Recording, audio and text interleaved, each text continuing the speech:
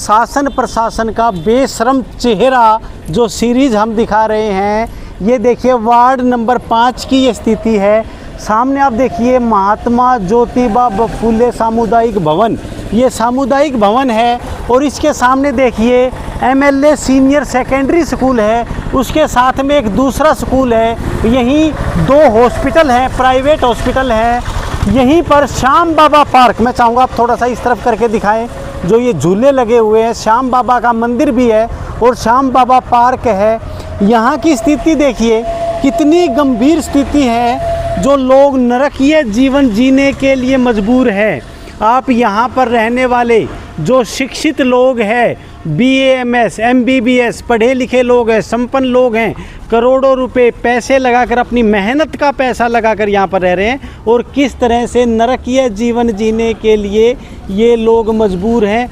सब आदी हो चुके हैं इन चीज़ों के कि हाँ ठीक है चल रहा है काम, लेकिन कारण बता दिए जाते हैं। लगातार प्रशासन हमसे कह रहा है कि मोटर ख़राब हो गई थी, उस मोटर ख़राब होने की वजह से ये समस्याएं हुई हैं। मोटर बिजली की चीज़ें ये कोई एक बार ख़राब नहीं होती हैं, ये तो रूटीन में ख़राब होती हैं। हमारे घरों में भी मोटरें ख़राब होती हैं, आप उसकी व्यवस्था पहले से बनाकर क्यों नहीं रखते हैं? तो देखिए यहाँ की स्थिति देखिए, अगर मोटर ख़राब हो जाती है, बिजली नहीं आती है, तो क्या शहर को नरक बना दिया जाएगा? इसकी जिम्मेवारी किसकी है?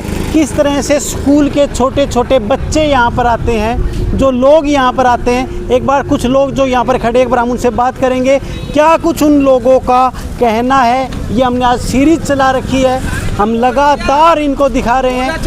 जो प्रशासन है, शासन है, वो अपना प्रयास करते हैं, लेकिन जब इस तरह की स्थिति पैदा हो जाती है, दोबारा इस तरह की स्थिति पैदा ना हो, उसके लिए हम काम कर रहे हैं। वो कह रहे हैं कि हमने मोटर चालू कर दी है, समाधान हो जाएगा, लेकिन जो ये स्थिति पैदा हो चुकी है इसका जिम्मेवार कौन है? तो चलिए जो लोग एक बार उनसे बात करेंगे। क्या कहना चाहोगे इस व्यवस्था को देखकर? है जी, ये पानी भरा हुआ है, सीवर का गंदा पानी बड़ा पड़ा है, कोई गंदे नहीं पड़ा है। चलिए ठीक है, चलिए और लोग एक बार उनसे बात करते हैं। ये बात कर रहे हैं, कहीं ना कहीं बात करने में संकोच कर रहे हैं, क्योंकि ये सारी व्यवस्थाएं उनके जीवन का हिस्सा बन चुकी है। जिस प्रकार कैंसर का मरीज़ ये सोचता है कि ये जो दर्द है ये मेरे जीवन के साथ ही जाएगा, कुछ इसी तरह की भावनाएं इन लोगों की है, आदी हो चुके हैं। और इनका समाधान जैसे ही होता है, लोग तालियां बजाने लग जाते हैं, गुलदस्ते ले लेकर पहुंच जाते हैं। लेकिन एक दिन भी ये समस्या पैदा क्यों हुई?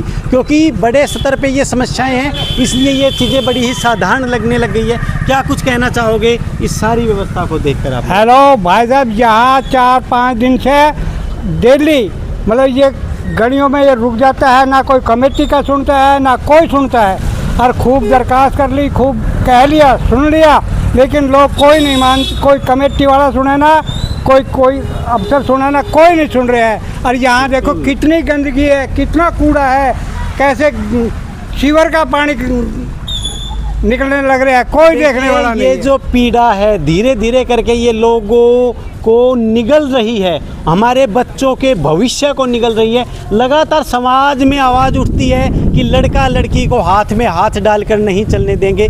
उससे तो लोगों का भविष्य, करैक्टर, चीज़ें खराब हो या ना हो, लेकिन यहाँ से निकलने वाले प्रत्येक व्यक्ति का एक बड़ा नुकसान हो रहा है। डॉक्टर साहब, आपका हॉस्पिटल है यहाँ पर, क्या कुछ कहना चाहोगे इस सारी व्यवस्था को? पिछले 4-5 दिनों से हम बहुत ज़्यादा परेशान हैं। यहाँ पर स्मेल आ रही है सीवर की, पेशेंट को परेशानी हो रखी है, घर में बेडरूम तक इसकी स्मेल जा रही है, तो बहुत ही ख़राब। मतलब मैं कह रहा हूँ, सबसे हम बोल चुके हैं, हम विधायक जी से बोल चुके हैं, हमने पार्षद जी को बोला है, सब बोल रहे हैं जी आज करेंगे कल करेंगे, पर कोई स्थायी समाधान नहीं निकल रहा है। बहुत ज़्यादा परेशानी हो रखी है हमें। STP का भी बता रखे हैं, इंजन मतलब मोटर ख़राब हो रखी है, उसकी वजह से भी सारा रुका हुआ है। तो मैं तो प्रशासन से यही करूँगा कि जल्द से जल्द कार्रवाई करें ताकि परेशानी ना हो। कोई भी समस्या होती है, कारण तो कोई ना कोई होता ही है, लेकिन ये समस्या पैदा क्यों हुई, उस पर समाधान कौन करेगा? जी, मैं तो यही कहना चाहूँगा कि जो ये सीवर का गंदा पानी है, इससे हर तरह की बीमारियां भी फैलती है और यहाँ से आने जाने वाले सभी लोग परेशान रहते हैं। हम डॉक्टर साहब के इधर भी आते हैं, हमें परेशानी होती है, छोटे बच्चे स्कूल जाते हैं, उनको परेशानी होती है।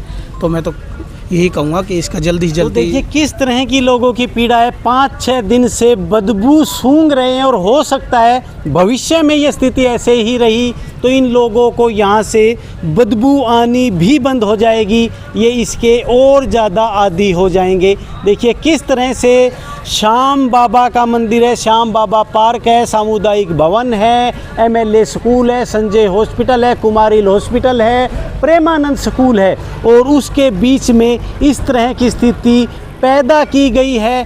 शासन और प्रशासन को इस पर गंभीरता से सोचना होगा। मैं दोबारा कहूँगा, देश में जो लगातार अराजकता और आंदोलन का माहौल बन रहा है, आप इन सारी समस्याओं को धरातल पर लोगों को देकर कहीं ना कहीं उन चीज़ों को पोषण देने का काम कर रहे हैं। नमस्कार, मैं धीरज शर्मा, भारत जागरण न्यूज़।